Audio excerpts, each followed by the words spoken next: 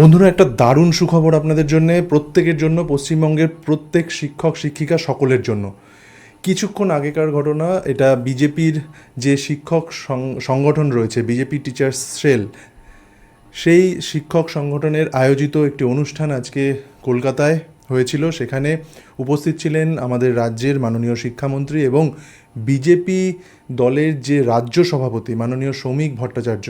তিনি আজ ঘোষণা করেন সমগ্র শিক্ষক যে শ্রেণী, যে কর্মচারী যারা রয়েছেন পশ্চিমবঙ্গে, মাধ্যমিক, উচ্চ মাধ্যমিক, মানে উচ্চশিক্ষা দপ্তর থেকে একদম প্রাথমিক দপ্তর, প্রাথমিক শিক্ষা দপ্তর, প্রত্যেক শিক্ষককেই তাদের সরকার চিন্তাভাবনা করছেন খুব তাড়াতাড়ি সরকারি কর্মচারীর আওতাভুক্ত করা।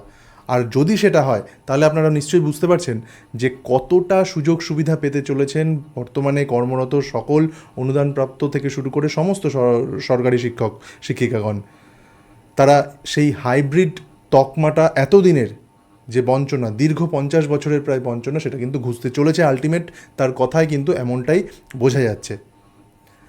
West Bengal health scheme, El, LTC, everything, সব কিছু ঠিক সরকারি কর্মচারী যারা সরকারি দপ্তরে কর্মরত তারা যা যা সুযোগ সুবিধা পান, শিক্ষক শিক্ষিকারাও আগামী দিনে খুব তাড়াতাড়ি হয়তো সেটা হতে চলেছে, সেই সুযোগ সুবিধাগুলো পেতে চলেছেন। চলুন আপনারা নিজের কানে তার বক্তব্য শুনে নিন। প্রত্যেক সরকারি কর্মচারী হোক, স্কুল শিক্ষক হোক, তাদের নির্দিষ্ট দাবি দেওয়া আছে। পশ্চিমবঙ্গ রাজ্য সরকার চিন্তা ভাবনা করছেন, অন্তত আমাদের উচ্চশিক্ষামন্ত্রী চিন্তা করা শুরু করে দিয়েছেন যে ভারতবর্ষের অন্যান্য প্রদেশের মতো পশ্চিমবঙ্গের স্কুল শিক্ষকদেরও সরকারি চাকুরি করছেন এই হিসাবে তাদের ফিট করা যায় কিনা।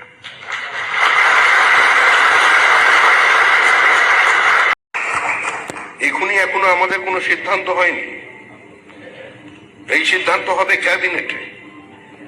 এই সিদ্ধান্ত নেবেন রাজ্যের মুখ্যমন্ত্রী শুভেন্দু অধিকারীর নেতৃত্বে যে মন্ত্রিমণ্ডল আছে। কিন্তু দল হিসেবে এটাই বিজেপির অবস্থান। সারা ভারতবর্ষে যেখানে যেখানে বিজেপি শাসিত রাজ্য আছে সেখানে আমরা এই পদ্ধতি চালু করেছি।